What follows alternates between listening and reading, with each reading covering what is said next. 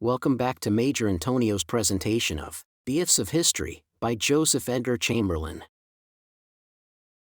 Chapter 7, If the Spanish Armada Had Sailed at Its Appointed Time. When Philip II, son of the great Emperor Charles V, came to the throne of Spain, that country had become the greatest cosmopolitan empire in the world. The throne of Castile, at one time or another during Philip's reign, was the throne not only of Spain and Portugal, but of the Netherlands and Burgundy, the Sicilies, Sardinia, Milan, Cuba, Hispaniola, Florida, Mexico, California, nearly all of South America, and the Philippine Islands.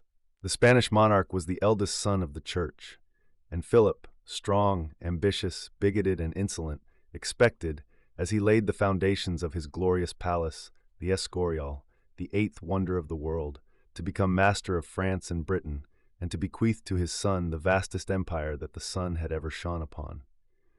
By his marriage with Queen Mary, he acquired the nominal title of King of England, though he was never crowned. But his grudge rose against England after Mary's death and Elizabeth's accession. The country proved itself a thorn in his side, helping the Dutch rebels and undoing at home the persecuting work of his late spouse. Philip formed a great project for the invasion of the country. Spain was supreme then on the sea. The English navy had greatly declined. In 1575, it had but 24 vessels of all classes on the water. Philip knew the cleverness of the English with their ships, however, and in planning this invasion, he proposed to be invincible.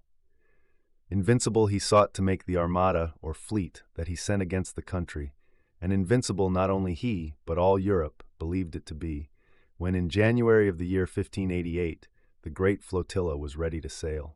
It consisted of about 130 ships, of which 62 were over 300 tons burden. It was commanded by a brave and skillful seafighter, Santa Cruz. The English had bettered their conditions of 7 years before very greatly, but they were at this moment absolutely unprepared to meet a foreign fleet. Their ships were scattered far and wide, and many were unequipped. If the Armada had sailed at that moment, it would have found no force ready to meet it, and it would have escaped the storms that later befell. But Maniana is the curse of all Spain's projects. The Armada lingered. Santa Cruz, its chief, sickened in port and died. Very likely, if he had sailed, no such fate would have overtaken him. This was the first of the big fleet's misfortunes. Philip looked about for another commander. By a fatuous favoritism, his choice fell upon the Duke of Medina Sidonia, who was utterly incompetent. The months flew past. Meantime, the English, fully apprised of the king's intentions, were getting a fleet together. In those days, it was not necessary to wait 5 years for a battleship to be constructed. Almost any big ship could be turned into a fighting craft. In particular, the English were well off in guns, and the delay of the Armada gave them a chance to get their artillery on board. When, nombre de Dios, does the reader suppose that this invincible fleet, ready in January, really set sail from Coruña? On the 12th day of July. It had already been scattered and weakened by a storm off Lisbon. On the 21st of July, Medina Sidonia sailed into Drake's and Hawkins's line-ahead formation in the English Channel as Rojestvensky sailed into Togo's lair off Tsushima in 1905, and the result to him somewhat resembled the subsequent fate of the Russian fleet in the Sea of Japan. It was not, however, so bad. If Medina Sidonia had gone, with his surviving ships after the first onset, to Denmark and refitted, he might yet have embarrassed the British. But he sought to make the passage around the north of Scotland, and a succession of storms wrecked his whole remaining fleet. All authorities agree that in January 1588, no English force existed which could have hoped to check Santa Cruz as things then stood. What if he had come on and landed an army of trained veterans upon England's undefended shores? He must have won. Queen Elizabeth must have been overthrown. Ireland would have gladly joined Philip.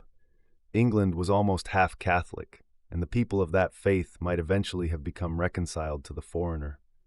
Philip might have made himself another Norman William. The Spanish culture would have been imposed upon the English nation. But unlike William of Normandy, who transferred his power to Britain, Philip would have remained a Spanish sovereign, and London would have been ruled from Madrid. Philip would never have temporized with English Protestantism.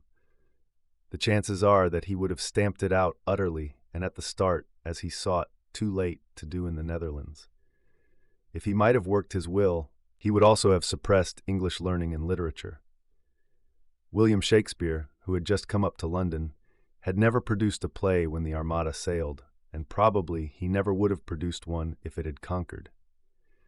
The glorious Elizabethan culture would have been nipped in the bud. All Britain's possessions in the New World, already existent or to be, would have fallen to Spain or France if Philip had overthrown Elizabeth, doubtless to Spain. For Philip's ambition to seize the French throne would have been furthered by his conquest of England. Spanish viceroys would have borne sway for centuries over all North America. A hybrid Indian-Latin race would have arisen here, as in Mexico and Peru. Lacking the inspiration of North American freedom, all Spanish America to the southward would have remained to this day under the Dons. Castilian speech, Castilian cultivation, Castilian manners, the Castilian faith might have reigned supreme over a dusky race from the St. Lawrence to the Straits of Magellan.